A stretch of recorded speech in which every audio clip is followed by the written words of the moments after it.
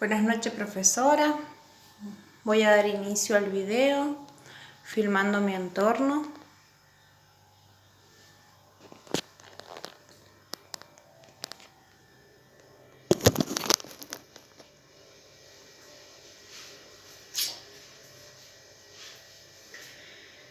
En la unidad número 1 tenemos que es la didáctica. Etimológicamente el término la didáctica procede del griego, se relaciona con el verbo enseñar, instruir, exponer con claridad. Latín ha dado lugar a los verbos también de enseñar y de aprender. Radler, y sobre todo Comenio en sus obras, han utilizado la denominación didáctica basada en el término del latín. ¿Qué es la didáctica? La didáctica es la ciencia que estudia e interviene en los procesos de enseñanza y aprendizaje, con el fin de incorporarle conocimiento al educando. Es una disciplina teórica y práctica. Es la ciencia y el arte de enseñar. Definimos a la ciencia, a la didáctica, desde las ciencias de la educación como un conjunto de principios y procedimientos aplicables a todas las disciplinas que permiten una enseñanza eficiente. Podemos encontrar dos didácticas, la general y la específica. Ambas están relacionadas y vinculadas. La didáctica general es la organización del docente, se basa en la práctica profesional. La didáctica específica puede variar según los distintos niveles del sistema educativo, las edades de los alumnos, de las disciplinas, matemática, lengua, ciencias, el tipo de institución, formal o no formal, o las distintas características de los sujetos, que pueden ser inmigrantes o alguna situación traumática o alguna necesidad especial. En la unidad número 2 vemos la enseñanza. Según Antelo, es un intento, una tentativa, un ensayo de alguien de transmitir un cierto contenido a otro. No todo lo que se enseña se aprende. Para Hernández de Lamas dice que una transmisión de conocimiento a través de signos significativos. Para Davini dice que la enseñanza es una práctica social, donde hay una persona que sabe, en este caso el docente, que es el encargado de enseñarle al que no sabe, al alumno, incorporándole conocimientos. Para Babase y Kuhl dice que es un intento de alguien de transmitir un cierto contenido a otra persona. Esto involucra tres elementos: alguien que tiene un conocimiento, alguien que carece de él y un saber contenido en esa transmisión. Eso da origen al triángulo didáctico, que es la relación entre el docente, el alumno y el conocimiento. Tenemos el aprendizaje. Para Davini dice que considera que una persona se adapta al medio que lo rodea, que mejora sus capacidades, modificando su conducta. Para Hernández de Lamas, por su parte, dice que el aprendizaje es cuando se obtiene o se absorbe algo de ese conocimiento. Tenemos 10 principios del aprendizaje: el realismo, la experiencia, la actividad, el principio de adecuación, ¿sí? Porque no todos aprenden de la misma forma. Incorporan el conocimiento desde una mirada diferente. La fijación, la motivación, la totalidad, la social, la patria, ¿sí? Que sería la cultura de la persona, y la formal, que busca que la persona sea un miembro activo de la sociedad. En la unidad número 3 tenemos el conocimiento escolar. ¿Qué es la relación que existe entre el sujeto y el objeto? Es una unión intencional. Para que el sujeto adquiera un conocimiento tiene que estar en contacto con el objeto, y esto es posible gracias a los sentidos. Por un lado tenemos el conocimiento sensible, que para comprenderlo debemos considerar tres aspectos: el objeto, el sujeto y la acción del objeto sobre el sujeto. Se llama conocimiento sensible porque intervienen en él los sentidos externos e internos. En los internos podemos ver las facultades del alma, que usamos un órgano corporal, en este caso el cerebro, y donde encontramos la imaginación, la mentalidad, el sentido común. Después tenemos los externos, que usamos órganos corporales, algunos de los 5 sentidos, por ejemplo, los ojos, los oídos, la piel, la lengua. Tenemos el conocimiento intelectual, por otro lado. Se considera que gracias a la inteligencia humana se puede conocer toda la realidad. Algunas de las operaciones de la inteligencia es la la simple aprehensión, el juicio y el raciocinio. También encontramos el currículum. El currículum es una palabra de carácter polisémico. En la educación se refiere al texto o al conjunto de textos que brindan temas, herramientas o que guían al docente a la hora de enseñar. Dentro del currículum explícito podemos encontrar el currículum oculto, ¿sí? El que no está escrito, que es un conjunto de normas o reglas que la escuela ejerce. Después está el currículum nulo, el ausente, que contrae los conocimientos, los valores o la experiencia de cada alumno.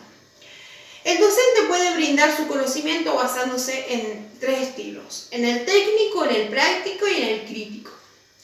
Después podemos ver la transposición didáctica, que para Echevalier dice que es el mecanismo mediante el cual el docente toma el conocimiento y lo transforma para sus alumnos. Es el pasaje del saber sabio al conocimiento erudito, finalizando en el saber didáctico enseñado. Después tenemos en la unidad número 4 la planificación. La planificación es una herramienta del docente que le permite desarrollar y facilitar la enseñanza con el alumno. Con la planificación el docente crea un diseño, ¿sí? Le permite anticiparse, desarrollarse, orientar o dirigir una situación.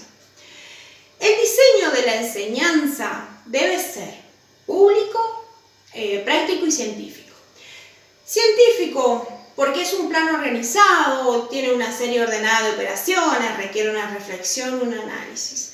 Puede ser práctico porque está orientado en la función de la acción y el objetivo que lleva a cabo con la práctica.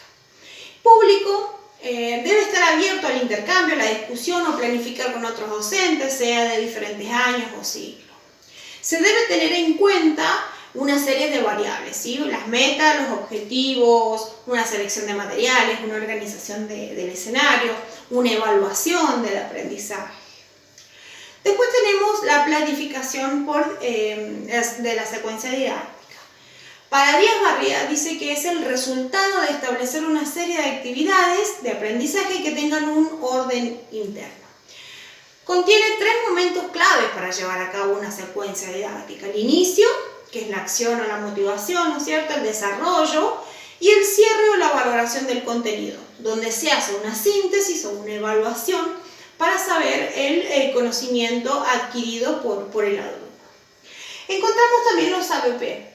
Los ABP son aprendizajes basados en proyectos, ¿sí? Se tienen que intervenir al menos 2 áreas como mínimo. Es importante que en realidad estén todas relacionadas. Tienen 3 fases en su recorrido. En la fase 1 encontramos la exploración de los temas, las ideas, la elaboración de preguntas, la definición de metas, objetivos, una calendarización muy importante y la evaluación que le vamos a dar. En la fase 2 tenemos el lanzamiento, la crítica, el cuestionamiento, el cierre. Y en la fase 3, por último, una reflexión final. En la unidad número 5 vemos cómo gestionar la clase. Para Daniel Feldman dice que se debe organizar las tareas, debe haber una interacción con el material del trabajo, establecer un tiempo, un ritmo adecuado y a la vez graduarlo de acuerdo a las posibilidades de los diferentes alumnos.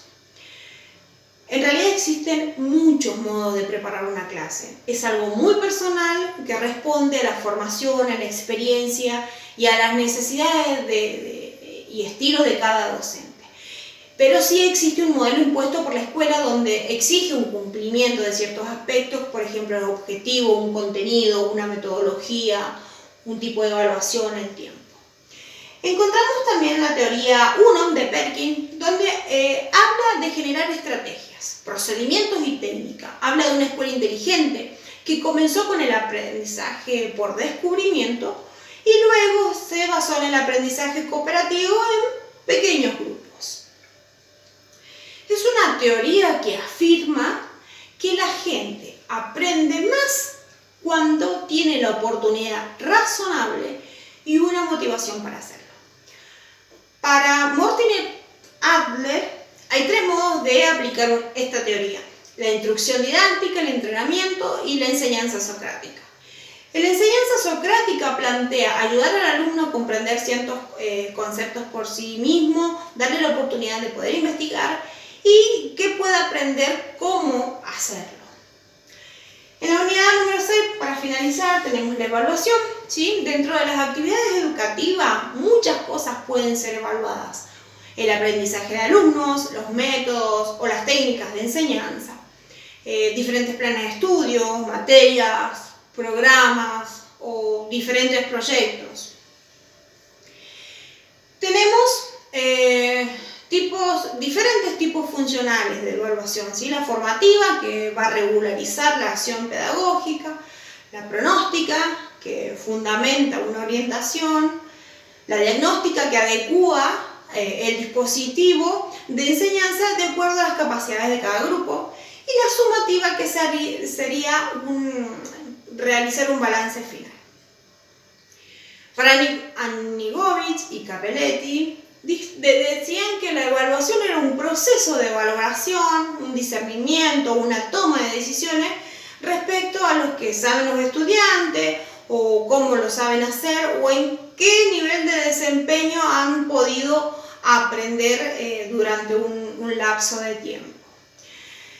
Algunos de los instrumentos de la evaluación que podemos utilizar pueden ser un cuestionario, un problema para resolver, un proyecto, un diseño, un examen escrito de preguntas, una selección múltiple, un examen oral, una entrevista. Tenemos diferentes métodos para poder evaluar.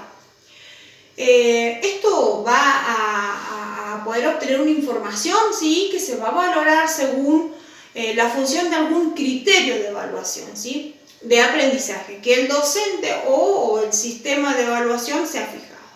Se va a poder obtener una calificación que sería la expresión de una valoración del desempeño del alumno, una expresión limitada de un rendimiento educativo que se va a basar según algún tipo de escala.